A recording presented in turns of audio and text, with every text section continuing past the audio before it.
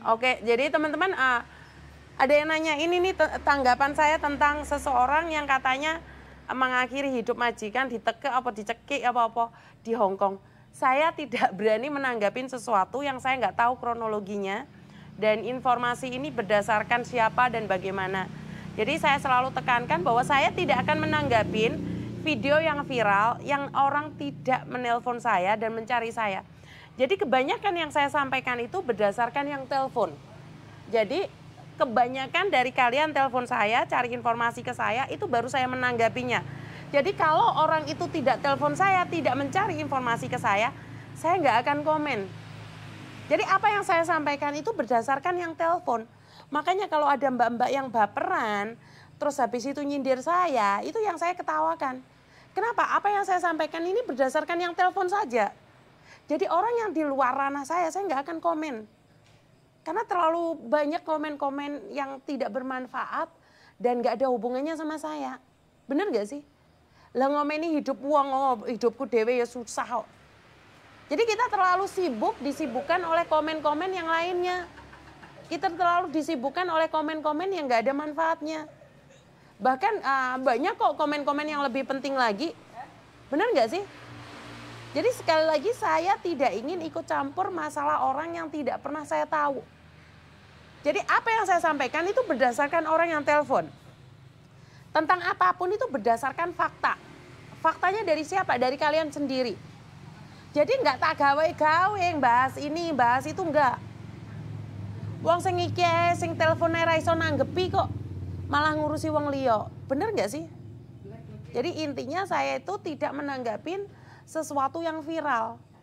Karena banyak sekali orang yang heboh untuk mencari follower berdasarkan yang viral. Sementara dia yang tidak tahu ujungnya, tidak tahu kepalanya, tidak tahu apanya, tiba-tiba nimbrung aja. Nimbrung aja, udah ikut viral sana, viral sini, gaya sana, gaya sini. Padahal dia nggak tahu apa-apa. Demi sebuah keviralan, kita rela menggadaikan pribadi kita sendiri. Jadi intinya saya tidak ikut campur dan tidak tahu tentang apa yang ada. Saya hanya bisa melihat saja, tetapi saya tidak berhak berkomen. Saya nggak berani mengatakan mbaknya itu salah. Berawal dari apa dulu? Seperti apa? Tetapi menyakiti orang lain tetap salah apapun namanya. Ya, menyakiti orang lain itu tetap salah. Tapi sebelum menyakitin, apa yang terjadi? Kenapa ini bisa terjadi?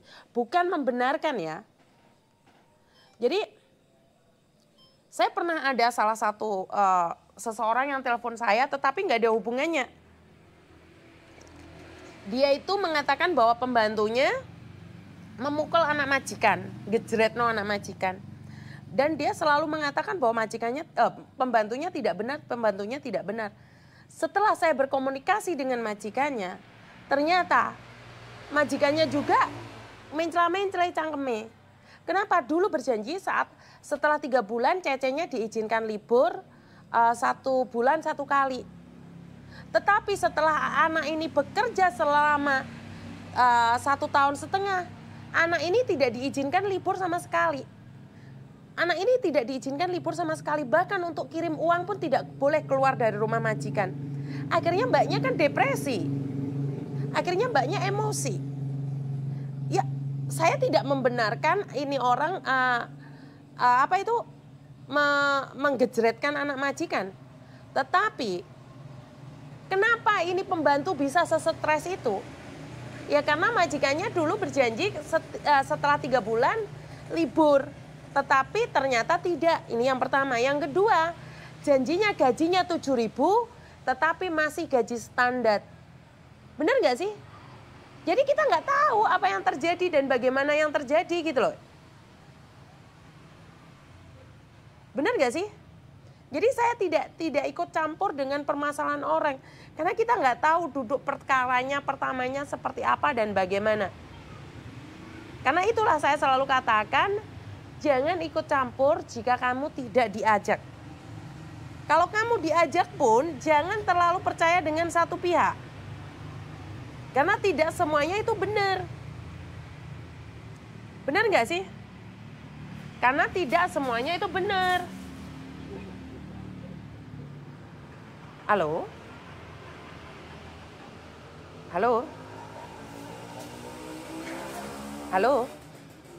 Halo, Selamat malam. halo. Kenapa, Mas?